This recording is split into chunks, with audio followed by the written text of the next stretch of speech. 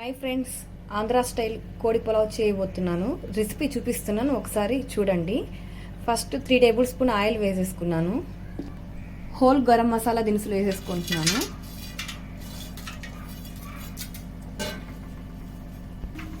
ఇవి కొంచెం ఫ్రై అవ్వనివ్వాలి. ఇప్పుడు మీడియం సైజు 3 ఆనియన్స్ పొడుగ్గా కట్ చేసుకొని వేసేసుకుంటున్నాను. ఇప్పుడు నేను క్వాంటిటీ చెప్పేది 1.5 గ్లాస్ రైస్కి. ఈ ఆనియన్స్ కొంచెం బాగా బ్రౌన్ అవ్వాలి. 1 టేబుల్ స్పూన్ రాక్ సాల్ట్ వేసుకుంటున్నాను. ఈ ఆనియన్స్ గోల్డెన్ బ్రౌన్ వచ్చే వరకు కొంచెం ఫ్రై చేసుకుంటే టేస్టీగా ఉంటుంది. 1 టీ స్పూను అల్లం వెల్లుల్లి పేస్ట్ వేసేసుకుంటున్నాను. ఇప్పుడు ఆనియన్స్ బాగా బ్రౌన్ అయ్యాయి కదా, 4 పచ్చిమిర్చి, 4 టమోటాలు వేసేసుకుంటున్నాను, సన్నగా పొడుగ్గా కట్ చేసుకున్నవి. టమోటాలు అంతా బాగా మగ్గి ఆయిల్ కొంచెం పైకి వచ్చే వరకు బాగా ఫ్రై చేసేసుకోవాలి. ఇప్పుడు టమోటాలన్నీ బాగా మ్యాష్ అయిపోయినాయి, ఆయిల్ పైకి వచ్చేసింది. ఇప్పుడు మనము చికెన్ వచ్చేసి 1/2 కేజీ చికెన్ వేసేసుకున్నాం కదా. ఇప్పుడు 1/2 టేబుల్ స్పూను పసుపు వేసేసుకుంటున్నాను. 1 table spoon red chilli powder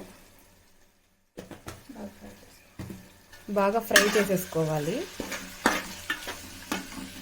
నుంచి కూడా ఆయిల్ కొంచెం బయటకు వచ్చేలాగా ఫ్రై చేసేసుకోవాలి.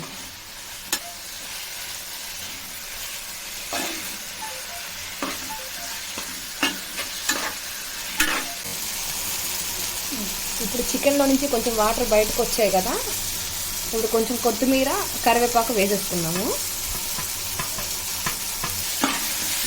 ఇదంతా బాగా మిక్స్ అయ్యే వరకు కలిపేసుకోవాలి. ఇప్పుడు ఆయిల్ అంతా కొంచెం బయటకు వచ్చేసింది. ఇప్పుడు 1/2 కప్పు పెరుగు వేసేసుకుంటున్నాను.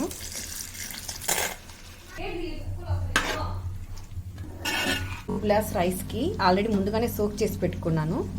3.5 గ్లాస్ వాటర్ వేసేసుకుందాము.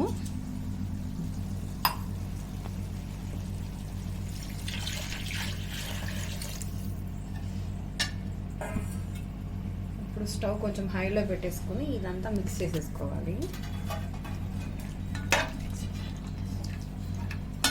ఇప్పుడు మూత పెట్టేసేస్తున్నాను. ఇలా మరుగుతున్నప్పుడు ఒకసారి ఉప్పు చెక్ చేసుకుందాము. ఇప్పుడు రైస్ వేసేసుకుందాము. బాగా వంపేసి వాటర్ లేకుండా వేసేసుకున్నాము. ఇప్పుడు ఒకసారి అంతా మిక్స్ చేసేసుకొని సిమ్లో పెట్టేసేసుకోవాలి. 10 మినిట్స్ హైలో, ఒక 15 మినిట్స్ సిమ్లో పెట్టేసేసుకుంటే రెడీ అయిపోయింది. ఇప్పుడు ప్లేట్ పెట్టేసి క్లోజ్ చేసుకుంటున్నాము.